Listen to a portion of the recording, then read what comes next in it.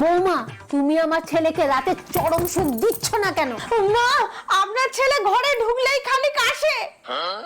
বৃষ্টিতে ভিজেছে তাই ঠান্ডা লেগেছে। কোন মাগির ডাবের কচি শ্বাস জিভ লাগিয়ে চেটেছে, গলায় জীবাণু ঢুকে গেছে। ঘরে কোনো মেয়ে আসলে আমার ছেলে বাথরুমে ঢুকে যেত শ্যাম্পু ফেলতে। যারা মেয়েদের ডাবের জল খায় তারা মুদ খায়, আমার ছেলে মুদ খায় না, আমার ছেলে দুধ খায়। আপনার ছেলের জামার পকেট থেকে মেয়েদের কালো চুল পেয়েছি, কালি মেহেন্দি করা।